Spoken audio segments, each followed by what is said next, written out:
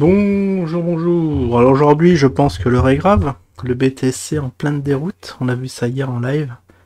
On va voir la suite des événements à travers une météo du Bitcoin. L'onglet communauté, bien évidemment. Qu'est-ce qu'on a mis? Ah oui. Ah, il y a eu du mouvement. Bon, bah, désolé pour Pubur, hein, pas de cagnotte. Ça, c'est acté. La plainte, oui, vis-à-vis de la dernière vidéo que voici. Elle est où la dernière vidéo? Ah oui, elle a eu du succès, elle a dépassé les 100 vues allègrement dès le premier jour. La petite convocation judiciaire, là, je vous ai demandé qu'est-ce qui se passe. Et c'est un coup, pour vous, c'est un coup des cafards. Oh là là. Et vous voulez que je vienne dans le Telegram, mais c'est quoi ce traquenard là? Vous êtes malades, les gars. Et sinon, un coup des ouais, ça c'est peu probable. Ou bah réel, les gars complètement à l'ouest, quoi. On a vu un commentaire, j'ai pas vu. Fallait s'y attendre, Jim, il rigole. Ah, il rigole pas. Bon, je sais pas, j'ai rien fait, moi. Bon, bref. À propos de Jim, il va falloir en parler, hein, de cette plateforme Karma TV. La nouvelle crypto qu'il a lancée, le Karma Coin. Ouais, j'ai un peu de retard à rattraper. Je sais pas. Il y a des trucs bizarres qui se passent. Ce qui paraît, c'est pas sur BTUX et vous êtes pas content. Bon, allez, go. Maintenant, on va voir le crypto actif. Enfin, la crypto la plus célèbre du monde, à savoir le BTC. Et on a eu, oui, un petit secousse Silvergate, et ça a continué. Voilà. Oh, ah oui, là je suis en, comment ça s'appelle? Comment ça s'appelle? En weekly. On va voir en journalier, je crois que c'est un peu plus sale. Bon, je vais revenir ici. Revenons ici, et je sais pas comment. Ah, faut cliquer là. Un peu compliqué. Ah, 19? Non.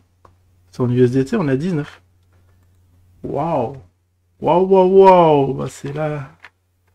Waouh, c'est génial, cette petite descente. Va falloir, comme dirait certains. Waouh. Mais pourquoi en weekly? Vous voyez, en weekly, c'est peanuts.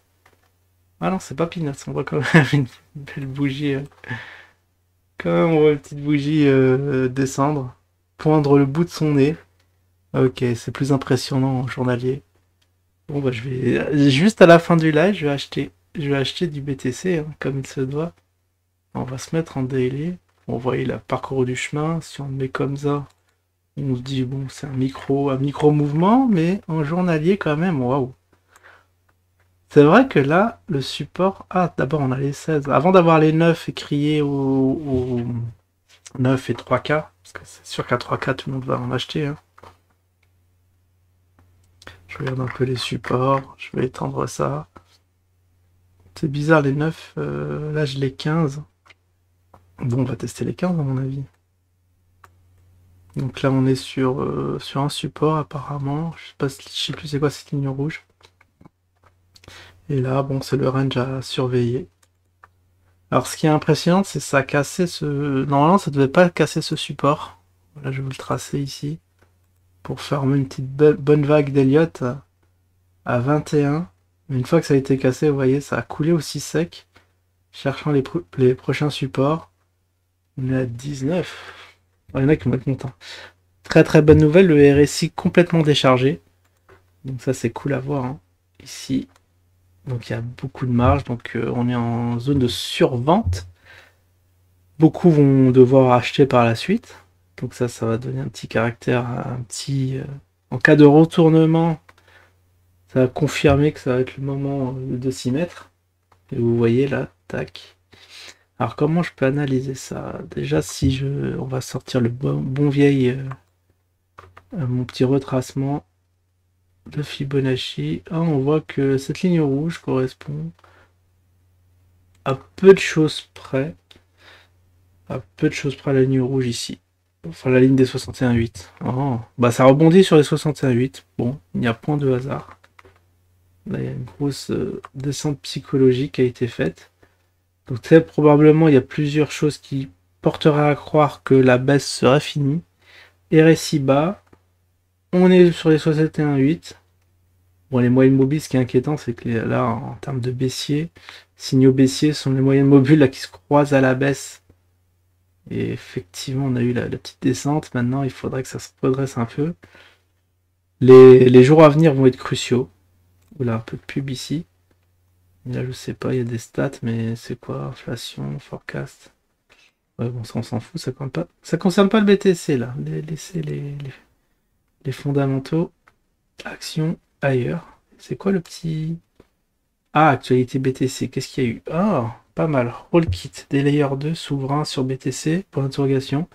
Ordinal, le STX bondit alors que l'écosystème Bitcoin NFT s'enflamme. Le Salvador va ouvrir une ambassade Bitcoin aux États-Unis. Alors là, le fait notoire, ce serait quoi? Qu'est-ce qu'il y a eu comme nouvelle pour provoquer cette chute soudaine? Ce qui paraît, j'ai vu, bon, faut que je vérifie les sources, que Coinbase, c'était quoi? Coinbase, Binance en danger, KuCoin, il y a eu un truc sur KuCoin aussi. Faut vraiment que je regarde l'actualité crypto parce que je ne sais pas du tout ce que justifie cette petite baisse de panique. Mais en tout cas, elle est comme ça. On va laisser l'analyse comme ça. Là, il n'y a rien à dire. On est coincé entre le canal. Bon, on peut même aller jusqu'à 15K, 24K. Je vais tracer les petites flèches ici. Que vous voyez, tant qu'on reste dans ce canal, bon, on peut vraiment rien dire. On est en range. Pour moi, on est toujours en range. Long terme. Hop, hop. Donc, pas de panique. On va en profiter pour en acheter. Hein, faire un petit achat à 19K. Ça fait toujours plaisir. On a une deuxième chance. On l'a déjà eu ici avant la montée. Après, on n'a plus vu les 19K. Et là, on a été... Ah, c'est ici la montée, là. Tac. Ah, ici, il fallait acheter. J'en ai acheté à 16, 17. Et après, on n'a plus revu. Hein. On s'est éloigné ici grâce à ce petit rebond à 21. Mais là, petit crash. Pseudo-crash.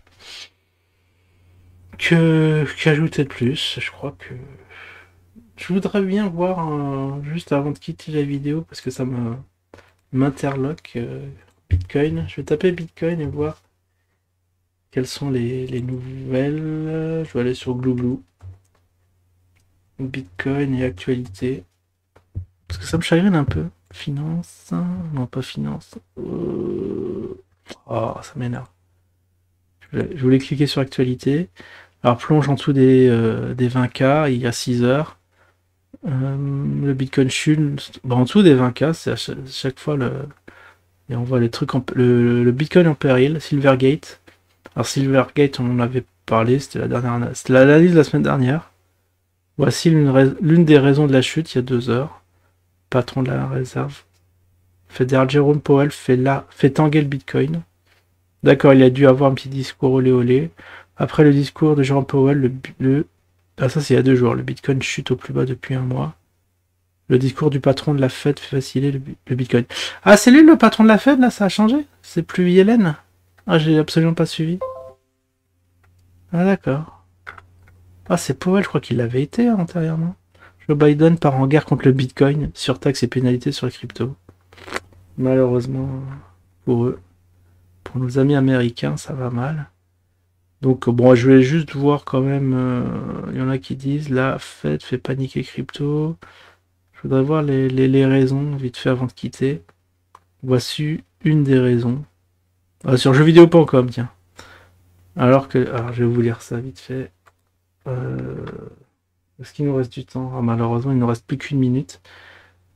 Coup dur pour le Bitcoin, un nouveau géant met la clé sous la porte. Ah oui, il y a une petite plateforme qui... Enfin, il y a KuCoin, il y en a une autre aussi. Si le Bitcoin avait réussi à refrôler les 25K en euros, la première crypto-monnaie a finalement avorté sa course pour chuter jusqu'à 18K. Aujourd'hui, cette baisse semble nettement corrélée à un événement peu engageant à l'industrie des cryptos. Bon, toujours des petites nouvelles comme ça. Alors que la banque Silvergate vient de rentrer officiellement en liquidation volontaire, la banque californienne, créée en 88, était connue pour sa proximité avec l'industrie crypto. Cette annonce de liquidation n'est évidemment pas une surprise, puisque la banque était dans une situation plus qu'alarmiste depuis l'effondrement de la seconde plateforme crypto-monnaie FTX avec laquelle il était proche. Ainsi, la faillite de la crypto-bourse américaine avait entraîné des retraits massifs à hauteur de 7,5 milliards chez Silvergate. Ah, je crois qu'ils parlent que de Silvergate là, ils sont un peu à l'ouest. Non, après, il y a eu le discours de Powell. Je crois qu'on va. Ça va être le fait notable. On va mettre ça vite fait comme cause. Je ferai ça offline vu que l'heure l'heure vient de dépasser. Bah, je vous tiendrai au courant semaine prochaine. Ciao tout le monde.